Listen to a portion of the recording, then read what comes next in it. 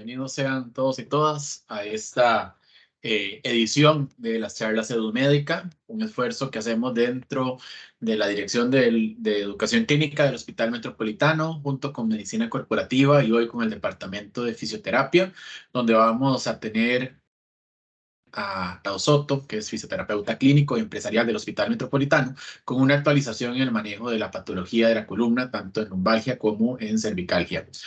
Antes de darle la palabra a Edgar, me gustaría hacer un par de anuncios parroquiales que sobre todo hoy son bastante relevantes, pues en la mañana anunciamos la organización del simposio junto con la Asociación Internacional o la Sociedad Internacional de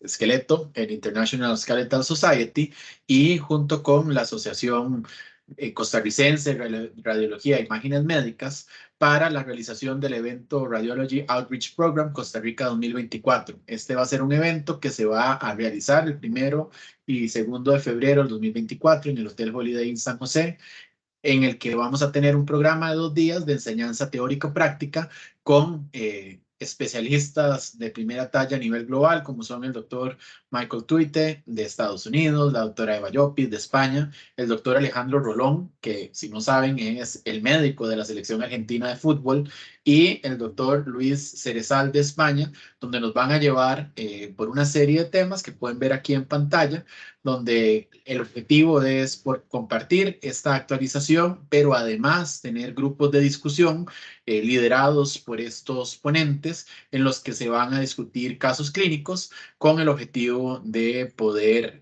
ahondar en este tipo de casos.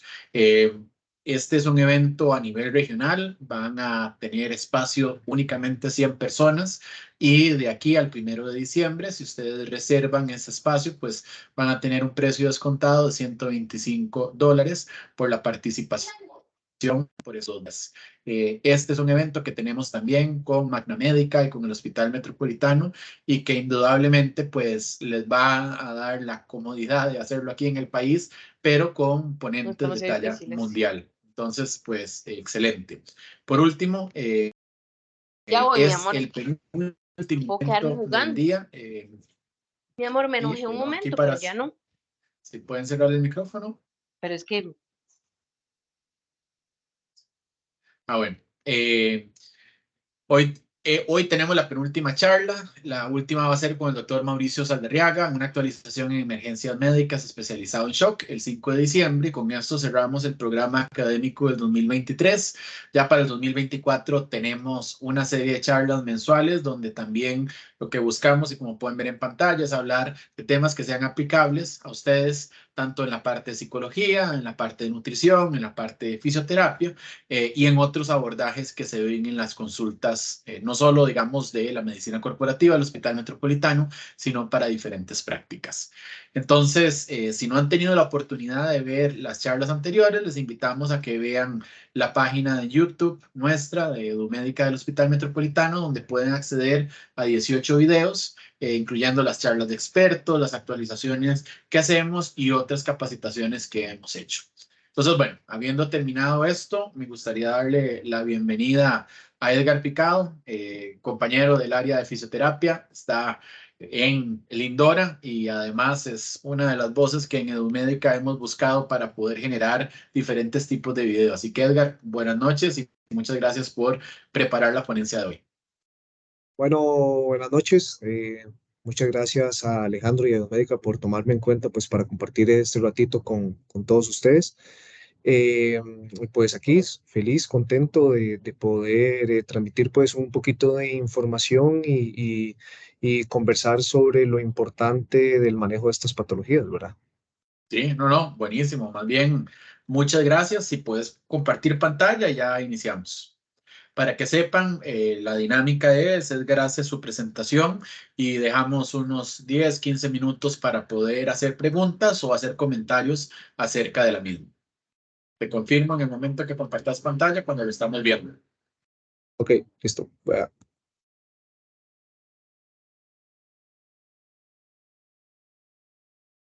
Listo. Listo. Ahora sí, ¿Se ve adelante. bien ahí? Sí. Sí, se ve y se escucha perfecto. Gracias. Ok, perfecto. Vamos a comenzar entonces. La charla que nos compete el día de hoy es el manejo fisioterapéutico pues de la patología de columna, específicamente pues a nivel lumbar y cervical.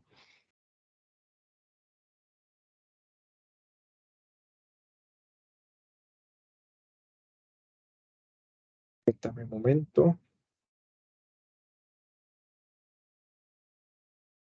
Ok, para comenzar, siempre es muy interesante pues sentar algunas de las bases en cuanto a anatomía y biomecánica. Es bien sabido pues que la columna lumbar posee diferentes partes y estructuras. Entre las de ellas pues se encuentra lo que es el clivus. El clivus es una parte donde inicia la médula espinal. Es un hueso que se encuentra en la base del cráneo y el mismo es una región sumamente importante porque en esta zona se pueden llegar y ubicar tumores cerebrales a ese nivel. Nos compete conversar un poquito pues de la región cervical, pues la región cervical está conformada por 7 vértebras cervicales. Algunas de las características importantes que tenemos que tomar en cuenta van a ser a nivel de dos estructuras fundamentales, pues a nivel de C2. La vértebra C2 es muy importante porque va a dirigir lo que compete con el occipucio y el atlas, ¿verdad? Básicamente, pues esta estructura es muy importante para todos los movimientos de rotación. A nivel de C5, la columna cervical va a tener su máximo punto de rotación. Eh, Otras características que comparte la región cervical con respecto a la región lumbar es que ambas son eh, lordosis. ¿Qué quiere decir esto? Que los cuerpos vertebrales pues van a estar en una disposición hacia anterior o en extensión. Por otro lado, debemos de mencionar pues la médula espinal. La médula espinal es una estructura que se origina, como lo mencionamos anteriormente, a nivel del clivus y se extiende en las personas adultas hasta nivel de L1 o L2. Su longitud es aproximada de unos 45 centímetros en hombres y 42 centímetros en mujeres. A nivel de esta localización, a nivel lumbar L1, L2, formamos algo que se llama el cono medular.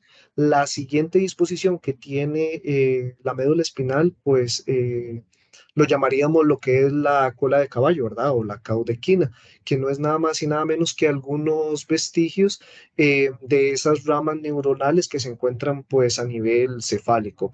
Por otro lado, pues no podemos olvidar los famosos discos intervertebrales eh, que nos dan bastante dolores de cabeza. Eh, ¿Qué más podemos decir de la columna? Bueno, por otro lado, a nivel de biomecánica, pues la columna lumbar, el cuerpo vertebral de L3 va a ser sumamente importante porque es la única vértebra de todo el compuesto vertebral que se encuentra completamente vertical, que quiere decir que la disposición de sus carillas articulares va a ser completamente neutra.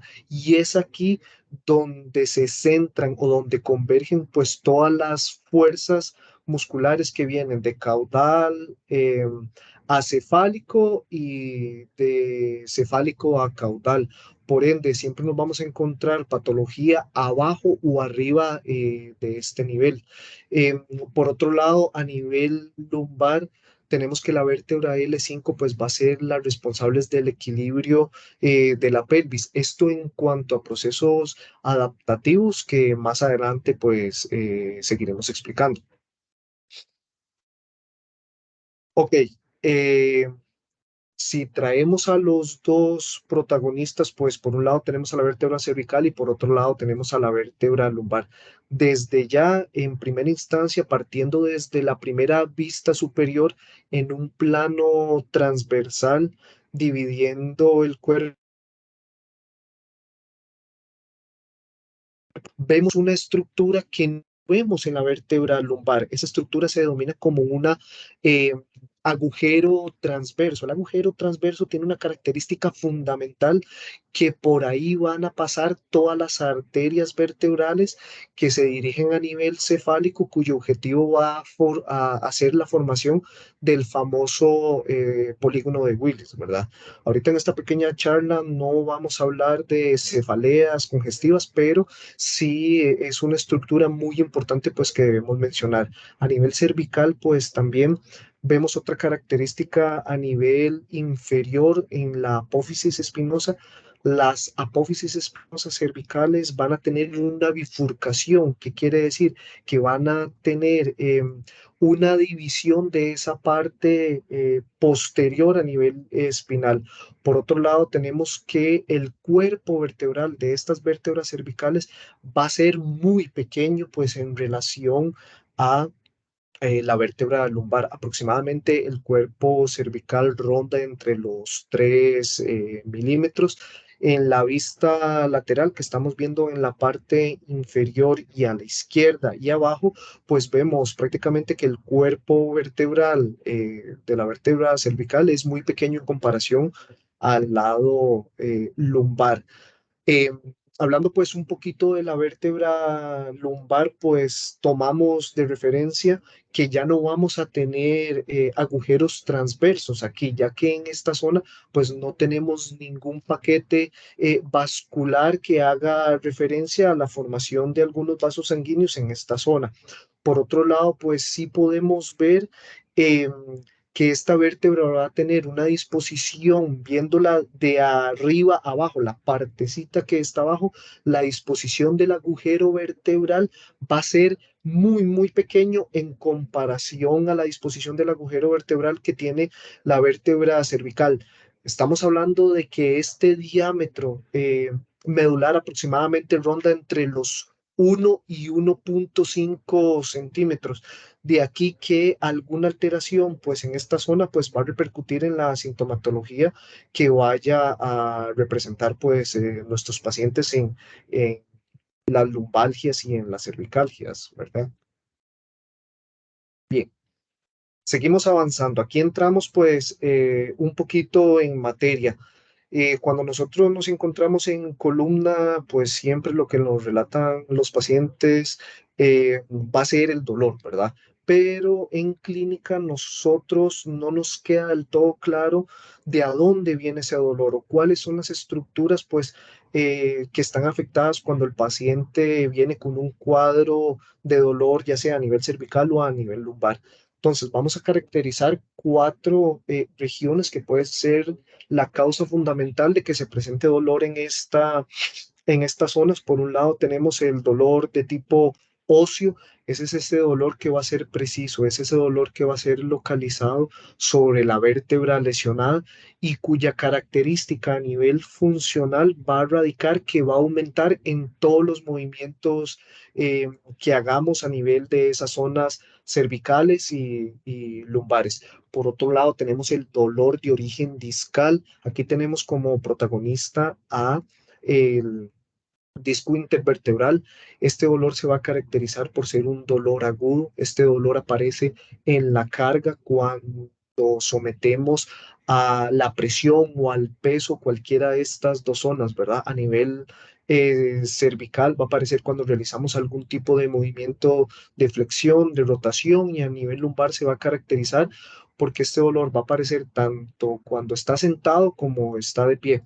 Una característica muy importante que tiene la región lumbar en contraposición de la región cervical, cuando tenemos un dolor de tipo eh, discal, va a ser que cuando aumentamos la presión intraabdominal a la hora de que tosemos o a la hora de que generamos algún tipo de estornudo o esfuerzo a la hora de la micción, va a aparecer dolor en esta zona que va a ser característico de afectación de esa estructura, ¿verdad? A nivel discal.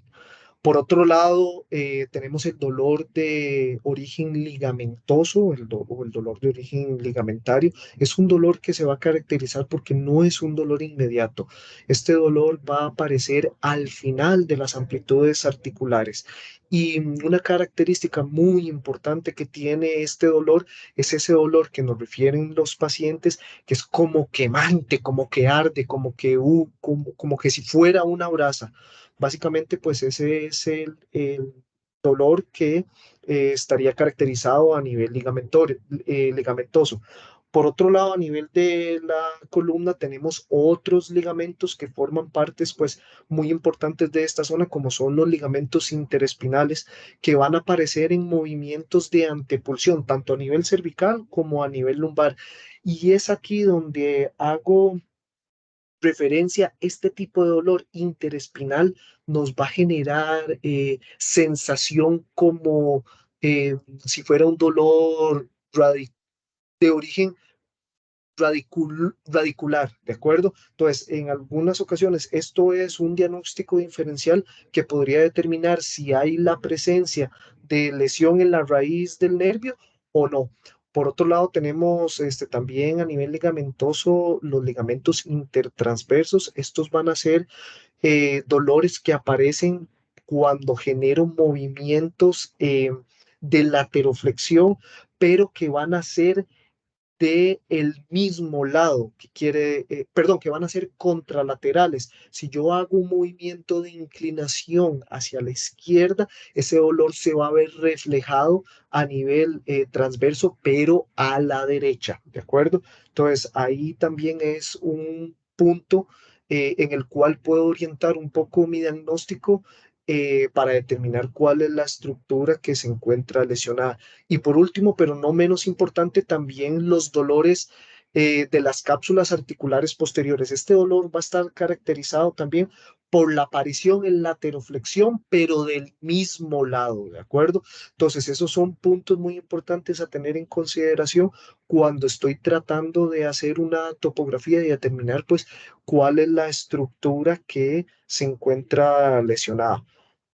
Por otro lado, también vamos a tener el dolor de origen nervioso. Este va a ser el dolor que llamamos como dolor radicular y aquí quiero ser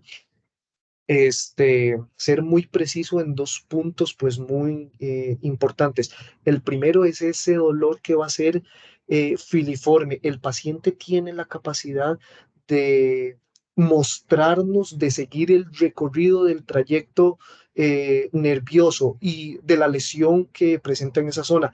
Y por otro lado, a nivel de los agujeros de conjunción, que son estructuras por las cuales salen los nervios espinales, en la salida del nervio espinal hay una estructura que se llama sinus vertebral de Luschka.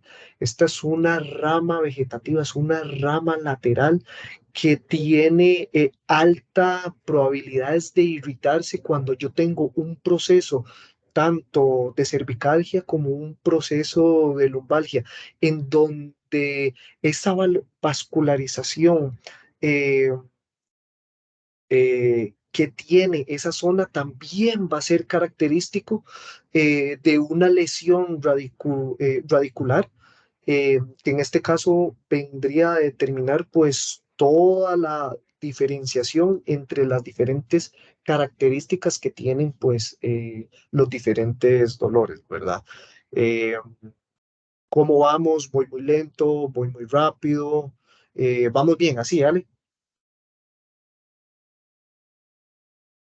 Sí, va súper bien, de mi lado súper bien. Perfecto. Bien, continuamos entonces.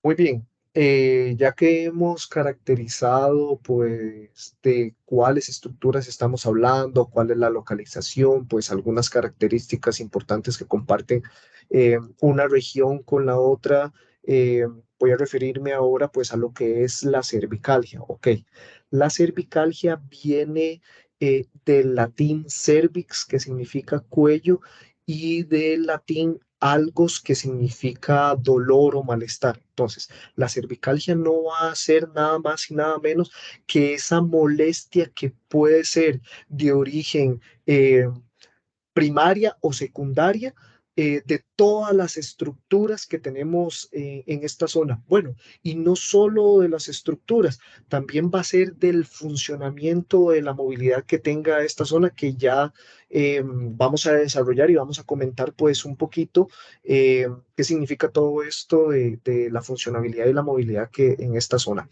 Por otro lado, la lumbalgia se define a la lumbalgia como aquel dolor localizado en la zona lumbar, ¿verdad? La zona lumbar, recordemos que nos vamos a nivel de L1 y L5, ¿de acuerdo? El sacro y la región dorsal no tienen nada que ver con esta zona. La palabra lumbalgia, perdón, viene de eh, el latín que es lombos, que significa o hace referencia pues a la musculatura localizada a nivel de esa zona, y al igual que la parte de la cervicalgia viene de lalgos, que significa dolor o malestar.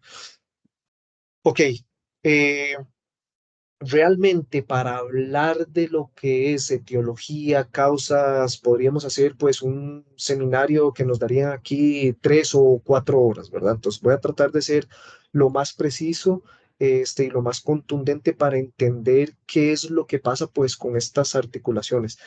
Mencionamos que hay puntos críticos a nivel de la región cervical, tanto para la orientación de el occipucio y del atlas, y el punto máximo de rotación a nivel de C5 lo mencionamos.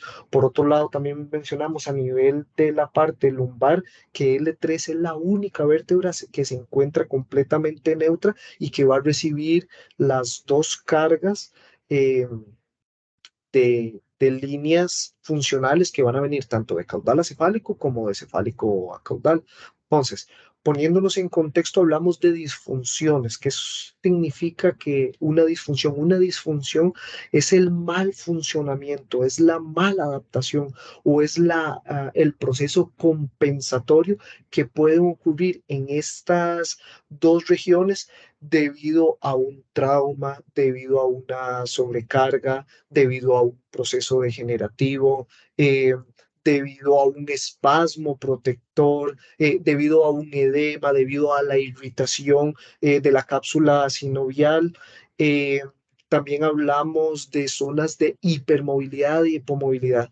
Yo siempre le comento a los pacientes en consulta que cuando tenemos una cervicalgia o una lumbalgia, va a ser son problemas que son de origen biomecánico. ¿Qué quiere decir esto? Es por el mal funcionamiento, pues, de algunas de estas estructuras que me van a ocasionar, pues, ese dolor y esa sintomatología que en algunos casos, pues, puede ser inclusive incapacitante, ¿verdad? Aprovecho también este apartado, pues, para comentar el término lumbago. Cuando un paciente o cuando nos llega alguna referencia de algún médico con un paciente con un cuadro de lumbago, a diferencia de la lumbalgia, eh, específicamente un cuadro de lumbago se caracteriza por la impotencia funcional.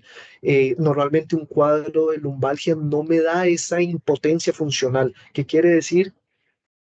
Que me pueda generar una impotencia funcional, que el paciente refiere un dolor tan agudo que puede referir inclusive que no siente las piernas o que se puede mover o en un cambio de posición puede ser un dolor muy agudo. Entonces sí quería ser bastante relevante pues en lo que caracteriza a un cuadro y otro, ¿de acuerdo? Ok. Continuamos. Ya teniendo pues un poquito en contexto de todo lo que hemos conversado, vamos a hablar un poquito ahora pues de las alteraciones posturales. Primero tenemos la imagen de la izquierda, pues ahorita nos encontramos en la era de los famosos teléfonos inteligentes, la era de la información, pero también en la era en la que yo le llamo que cuando estemos en nuestra quinta o sexta década de vida, pues vamos a tener mucha consulta de patología cervical. Esto que estamos observando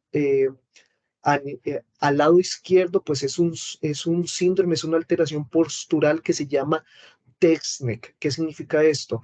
Dependiendo del movimiento de flexión que generemos, que es la orientación hacia adelante de nuestra cabeza, vamos a ir aumentando la carga que puede soportar la misma. A nivel de la columna vertebral, los cuerpos vertebrales y los discos intervertebrales están preparados para recibir aproximadamente unos 600 kilogramos de carga.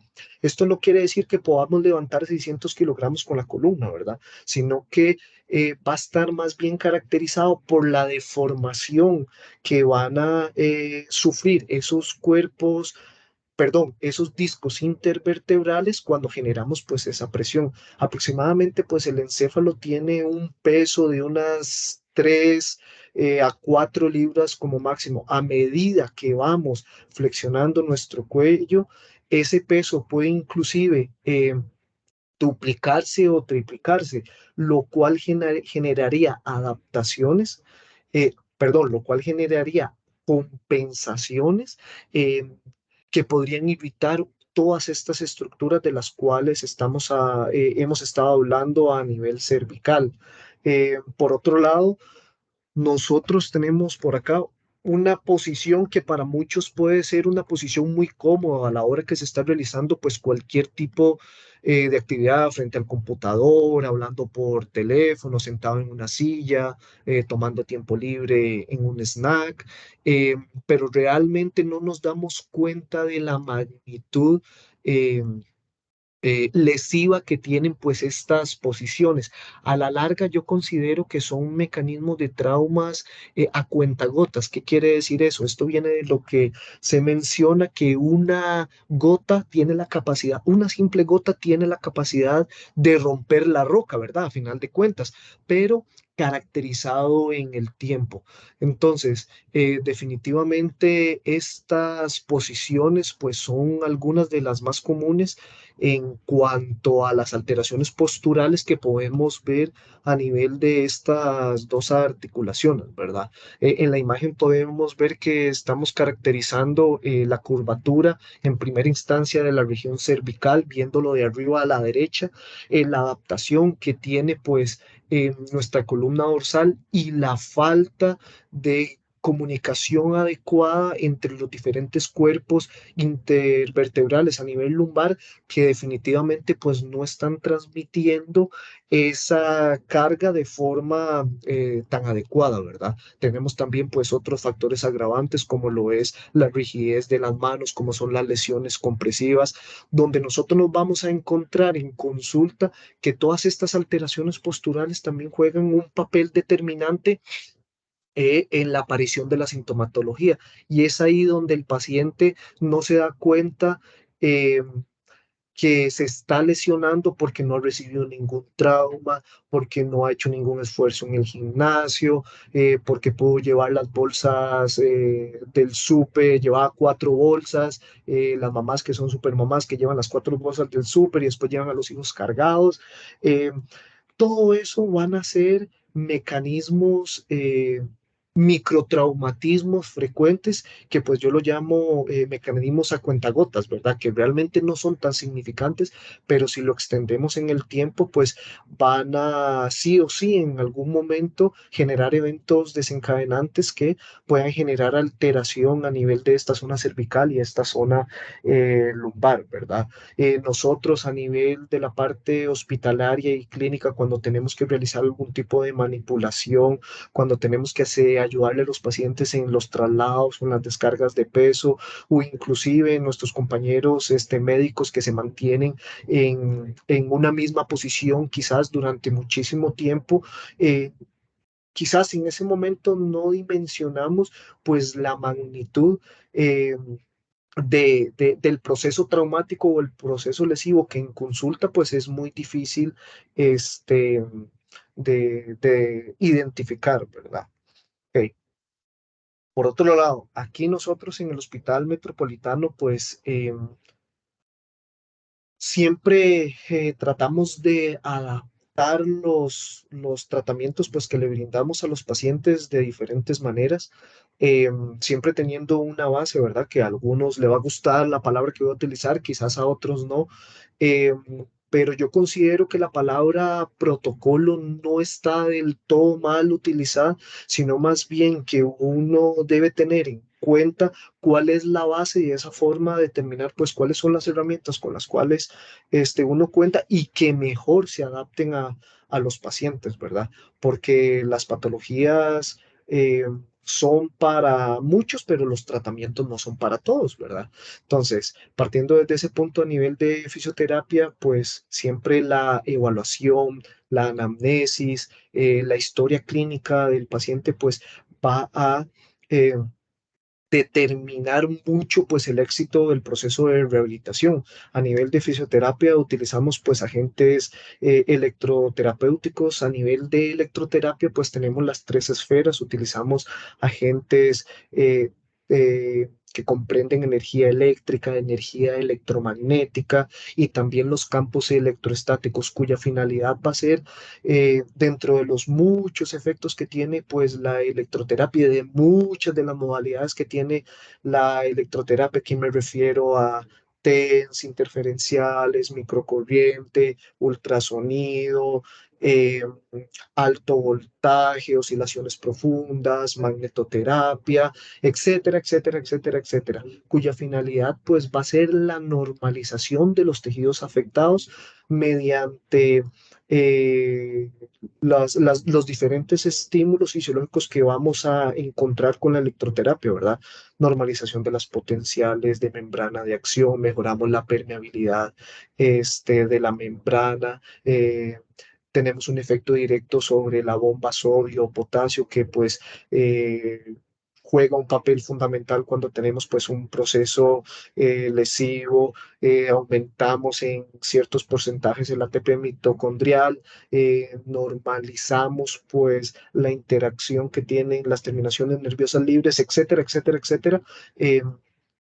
Todos los efectos pues que conseguimos con las diferentes corrientes de electroterapia. A nivel de tecarterapia es uno de los tratamientos que a mí me gusta muchísimo aplicar porque a nivel cervical y a nivel lumbar trabajamos algo que se llama la viscoelasticidad. La viscoelasticidad se refiere a aquella característica que tienen los tejidos eh, de deslizarse, de friccionarse, de comprimirse o de estirarse. Normalmente cuando tenemos un proceso lesivo, algunas de estas características pues se van a ver alteradas y eso también puede ser causa de consulta de cualquiera de estas dos patologías. Recordemos pues que la tecarterapia es un tipo de diatermia, es un tipo de calor que va de profundo a superficial, pues y va a generar pues diferentes efectos también como lo son la analgesia pues y un efecto antiinflamatorio.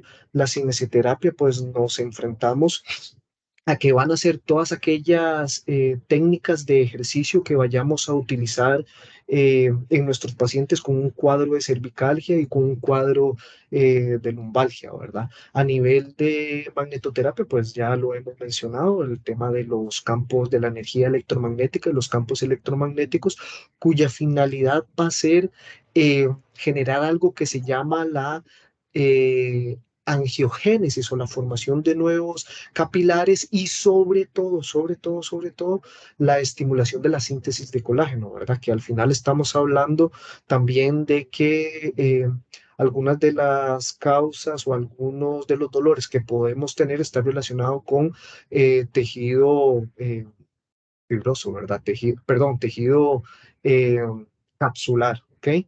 Por otro lado, también, pues las técnicas conjuntas, aquí nos referimos a las técnicas manuales, las manipulaciones que vamos a poder realizar en todas, perdón, en esas dos áreas, pues que van a determinar, pues, efectos para los pacientes.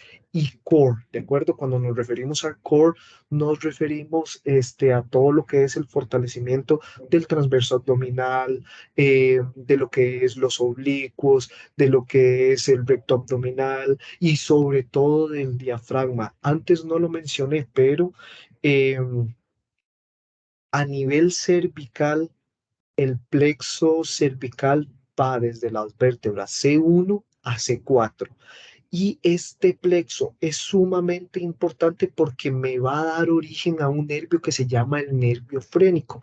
Y el nervio frénico es el encargado de la inervación de este músculo diafragmático, ¿verdad? Que va a resultar accesorio y sumamente importante en procesos de respiración y procesos de recuperación cuando yo tengo algún tipo de lumbalgia, ¿verdad? Ok.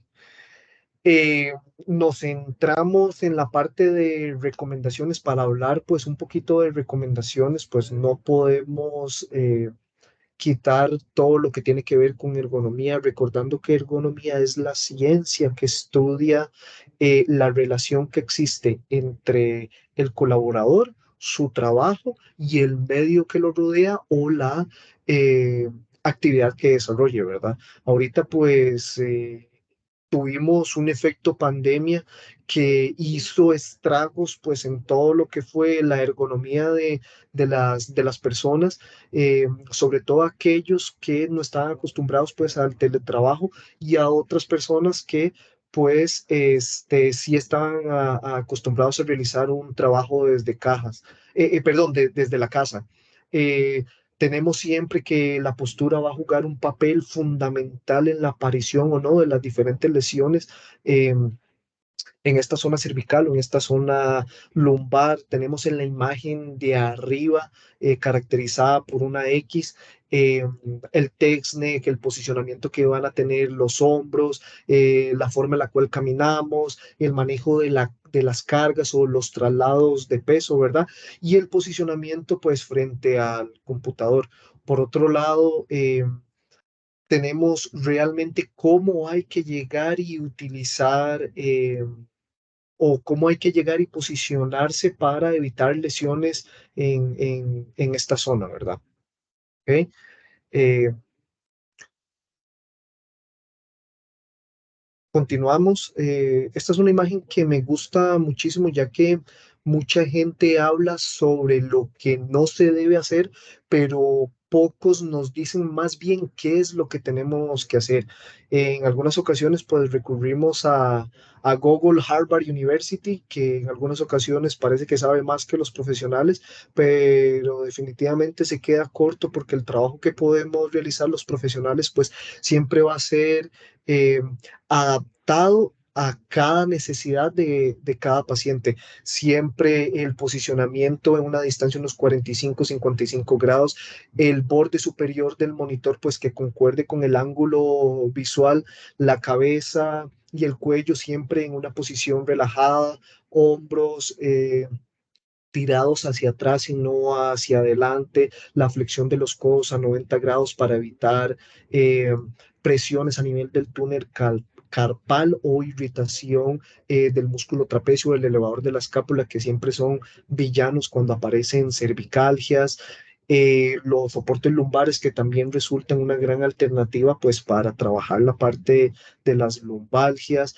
Eh, el descansapiés, pues realmente yo no creía que jugara un papel tan determinante, pero mucha gente se dice, pero es que yo paso mucho tiempo sentado, no he hecho ninguna carga, no he hecho lo otro acá, paso con las piernas cruzadas, etcétera, etcétera, pero al final, cuando yo tengo los dos pies en una misma posición, simboliza como si estuviera 45 o 50 minutos de pie. Entonces, los descansapiés van a jugar pues un papel muy, muy importante para evitar cualquier tipo de alteración a nivel también pues de los muslos, que haya holgura entre el asiento pues y las rodillas y pues más allá de eso la colocación del mouse o del ratón a la hora de que nos mantenemos tecleando o nos mantenemos haciendo algún tipo eh, de trabajo frente al computador, ¿verdad? A nivel clínico en hospital podemos tener en consideración que lo más importante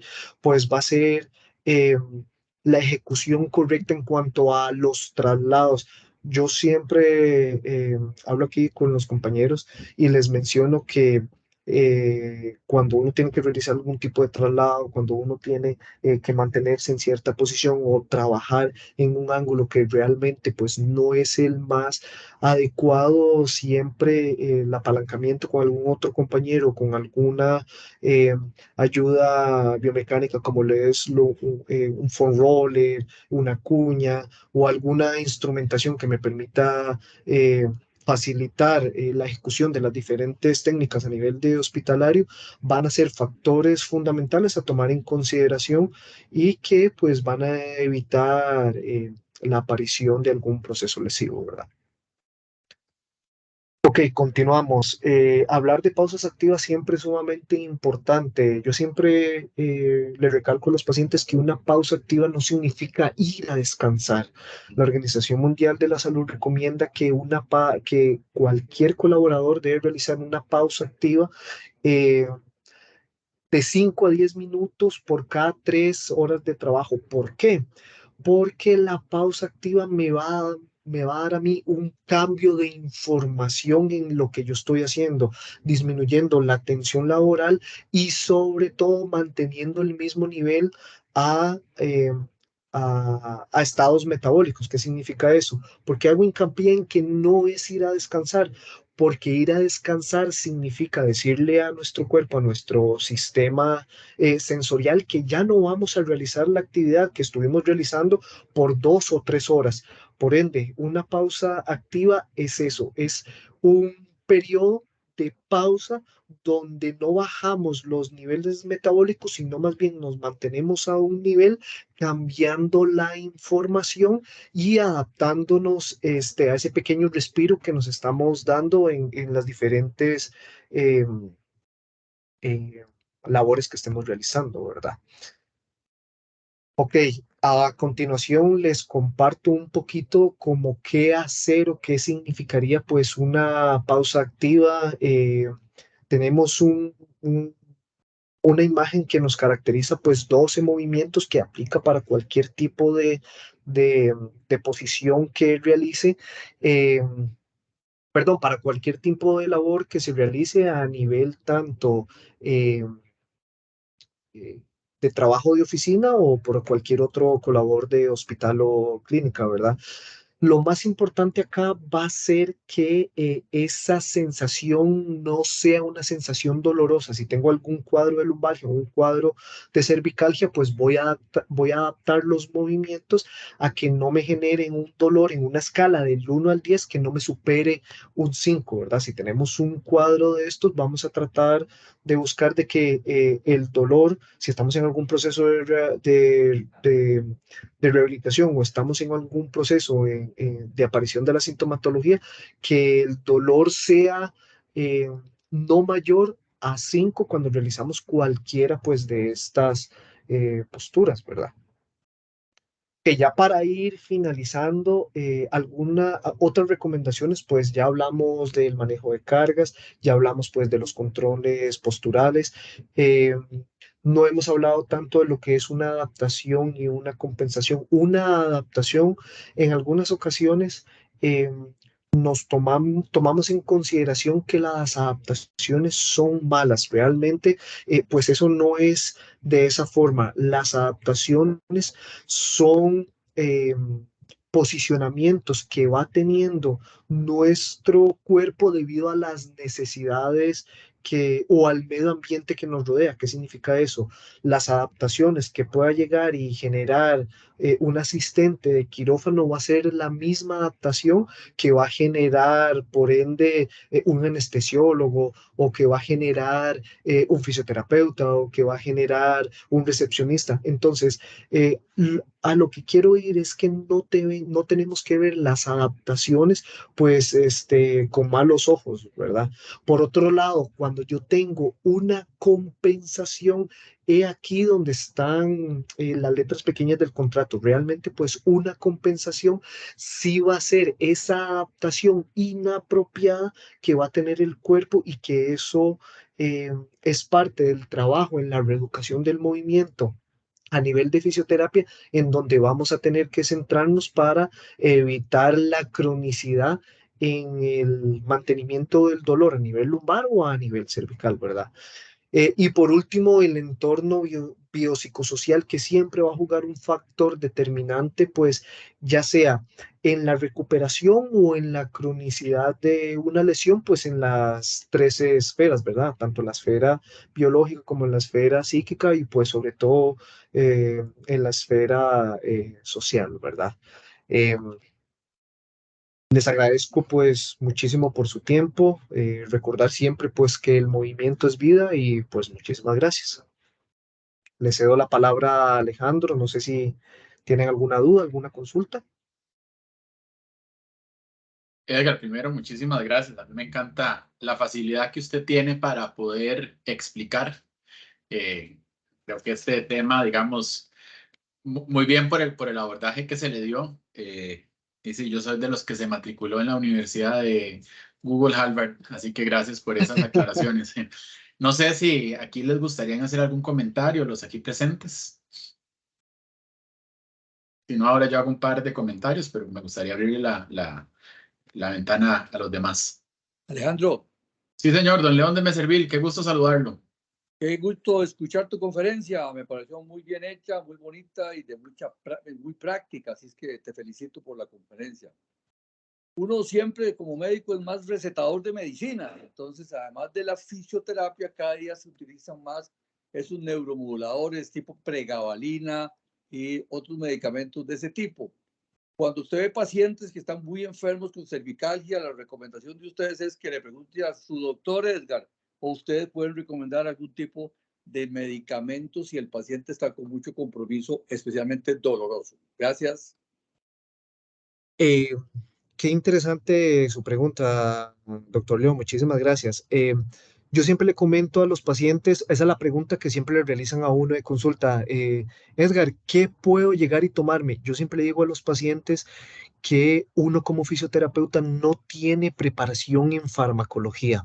Entonces, la recomendación fundamental de primera instancia va a ser siempre acudir a su médico de cabecera o un servicio de emergencias para que un médico le indique cuál va a ser esa primera línea de defensa ante un eh, cuadro de estos, ¿verdad? De muchísimo dolor. Entonces, para responder su pregunta de manera precisa, los fisioterapeutas no tenemos preparación para recomendar ninguna clase de medicamentos. De manera empírica, quizás yo puedo saber que A, B, C le puede ayudar al paciente, pero definitivamente sería inapropiado y antiético pues realizarlo, ¿verdad? Muchas gracias, Edgar. Ahora, Edgar, una pregunta, porque me llamó la atención lo que me comentabas sobre, primero, en tiempo de pandemia y ahora el semi-retorno a la normalidad, y me gustaría hacer como separación por tres lados de tu experiencia, sobre todo en la parte corporativa. Eh, ¿Cuáles son, digamos, las lesiones o las causas de lesiones más específicas? Ahí hablamos, lógicamente, cómo se sienta y el uso del, digamos, el cuello con el celular, pero ¿qué otros temas te han llamado la atención, verdad? De que tal vez con un poquito de mayor conciencia pueden prevenirse. Pues yo considero que una de las cosas pues más importantes y más difíciles es tratar de determinar qué fue lo que hice que me llevó a ese proceso álgico, ¿verdad? Eh, Realmente, pues a nivel de pandemia, enfocándonos en pacientes que tenían quizás algún tipo de trabajo administrativo, es muy, como diríamos de forma pues muy coloquial, es muy rico trabajar en el sofá, trabajar en el desayunador, trabajar acostado, pero realmente ese tipo de posicionamiento es insostenible en el tiempo y eso pues aplica para también todos los diferentes sectores a nivel hospitalario. No es la misma cantidad, no es el mismo volumen que se manejaba en emergencias en pandemia como se está manejando ahorita, o aquí nosotros a nivel de consulta de fisioterapia. No es el mismo volumen de pacientes que venían con un problema lumbar o cervical antes y después de pandemia. Entonces, partiendo desde esta perspectiva, yo considero que la concientización del movimiento que estoy realizando va a ser un factor determinante en la aparición de la sintomatología, aunque yo mismo crea que quizás no me puede estar lesionando, ¿verdad? Lo que mencionábamos ahora, que es el mecanismo que yo le llamo cuentagotas. Al final, yo puedo llegar a estarme realizando este estímulo en la mano, que realmente podría parecer nulo, Inofensivo. pero de un pronto a otro usted dice, Dios mío, pero este moretón a mí de dónde me apareció, si yo no me he golpeado, no me he caído, no esto, no lo otro. Entonces, al final, ese microtrauma repetitivo definitivamente pues juega un papel fundamental en esas tres esferas que mencionabas, Alejandro. Ok. Y la otra pregunta, porque el otro día me llamó la atención que un artículo de La Nación decía que hoy en día ya el ir a los gimnasios sobrepasó el deporte fútbol, ¿verdad? Como actividad física principal. Y pensando en la parte corporativa, ¿qué tipo de afectaciones son las que ven más frecuentes, ¿verdad? Y cómo se le puede apoyar a nuestros profesionales a poder abordar las causas principales, ¿verdad? Entonces, ¿qué son los temas recurrentes que ves y qué sugerencias haces? Siempre yo considero que la base está muy clara en el hecho de que la posturología, la técnica eh, y la ejecución y sobre todo los pesos que realizamos van a jugar papeles fundamentales en que si nuestros colaboradores pues se mantienen yendo al gimnasio, realizando CrossFit, ejercicios funcionales, etcétera, siempre la readaptación y del movimiento va a ir centrado entre un correcto manejo de cargas, entre una correcta dosificación del ejercicio y sobre todo en una recuperación activa. Hay un instrumento que a mí me gusta muchísimo siempre recomendarle eh, a los pacientes, que es el famoso foam roller. O sea, el foam roller realmente es una invención muy práctica que al final se puede utilizar y se le puede sacar muchísimo provecho para prevenir patología a nivel cervical o a nivel lumbar también. Ok, ok, perfecto. Y la última pregunta que tenía era, no sé si recomendaciones finales, ¿verdad? Sobre todo el abordaje que hiciste de temas, digamos, que podemos implementar. Ok, eh, partiendo de lo que comentábamos, siempre la ergonomía va a ser un factor fundamental, ver dónde estoy trabajando, qué es lo que estoy haciendo y pues cuál es el medio que lo rodea y ver cómo puedo eh, mantenerme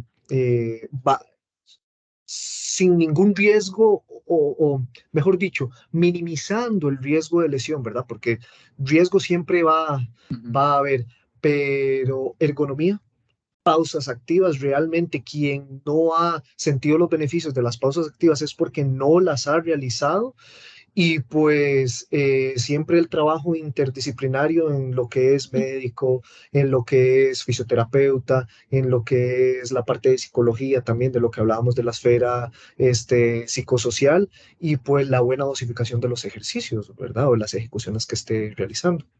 Y ya solo para terminar, antes de la pregunta que nos hacía Ana Gabriela, ¿qué tanta cultura has visto vos en empresas con respecto a masajes de descarga o atender al fisioterapeuta? ¿Verdad? Pero es como muy similar a la parte médica de que se va solo al médico cuando se está mal versus poder ir de manera preventiva. ¿Qué abordajes has encontrado tal vez que puedan ser exitosos en poder generarle conciencia al paciente o, digamos, al colaborador en general? Partiendo desde esa perspectiva, yo considero que cuando nosotros tenemos esta clase de lesiones a nivel cervical y a nivel lumbar, como lo mencionaba ahora, son lesiones biomecánicas, ¿de acuerdo? Son lesiones por un mal funcionamiento de de algunas o todas las estructuras que mencionamos con anterioridad. Eh, Siempre la educación es muy, muy importante y sobre todo, como lo mencioné con anterioridad, el foam roller. El foam roller me parece pues una herramienta fundamental en el abordaje y sobre todo en la prevención. Además, dependiendo de las características y necesidades de cada paciente, ahora se ha puesto muy de moda la utilización de los famosos Theragun o los Fasciagun o las pistolas de masajes, pues que viene a apalancar un poquito el trabajo manual que realizamos nosotros como fisioterapeutas. Eh, Considero que esos puntos pues son los más importantes. Primero, la parte de educación, la parte de concientización. Punto número 2, eh, el foam roller. Punto número 3, las pistolas de masajes podrían ser una gran alternativa y una gran herramienta a nivel precoz para evitar pues esta clase este, de, de complicaciones a nivel de alguna lesión en estas zonas, ¿verdad? Ok, fantástico, muchas gracias. Ana Gabriela Hernández pregunta, ¿qué opina de la quiropráctica que hoy en día se ha popularizado? Es una pregunta muy frecuente. Yo considero que la quiropraxia es para todo el mundo, pero no todo el mundo es para la quiropraxia. Y ahí, pues, dentro de las historias que nos recomienda, perdón, que nos cuentan los pacientes, siempre es que sí, yo fui donde el quiropráctico, el primo de mi primo fue y le fue estupendo, se le quitaron todos los dolores, pues, etcétera. Muy bien. Por otro lado, yo he tenido pacientes que más bien han desarrollado un cuadro de lumbago debido a una manipulación de estas. Entonces, al final, la quiropraxia es para todo el mundo, pero no todo el mundo es para la quiropraxia. Interesante. Luego Viviana Blanco, ¿cuál es la principal diferencia entre acupuntura y punción seca? ¿Cuál es la principal, perdón? Diferencia entre acupuntura y punción seca. Eh, pues la acupuntura se refiere a aquella técnica oriental en donde yo voy a trabajar más que todo centros de energía, donde voy a trabajar chi, donde voy a trabajar bloqueos, eh, que normalmente ese va a ser mi objetivo a la hora de que yo realizo alguna técnica de acupuntura. La punción seca es para trabajar el síndrome del dolor miofacial. ¿Qué es el síndrome del dolor miofacial? El síndrome del dolor miofacial se refiere a aquella alteración que sufre a nivel muscular y a nivel de la fascia que me desencadena los famosos trigger points o los puntos gatillos.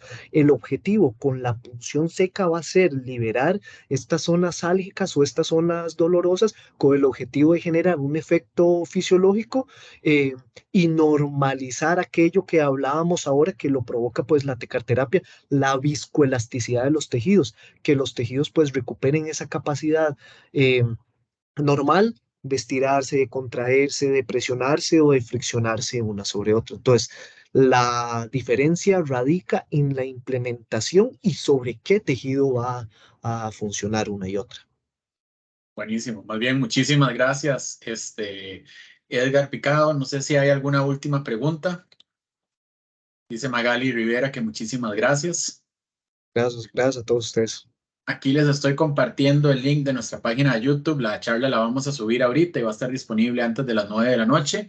Invitarlos, ¿verdad? En diciembre, el 5 de diciembre, vamos a tener la charla de actualización en temas de emergencia con el doctor Mauricio Saldarriaga, director del área de urgencias del Hospital Metropolitano. Y por último, al inicio de la charla, les comentábamos de que estamos organizando un simposio con la International Skeletal Society que está enfocado en una actualización teórico-práctica para adquirir nuevos conocimientos, destrezas y habilidades en radiología musculoesquelética. Así que, Edgar, muchísimas gracias a todos por conectarse y nos vemos pronto. Hasta luego, feliz noche. Gracias, buenas Feliz noches a noche. todos. Gracias, buenas noches.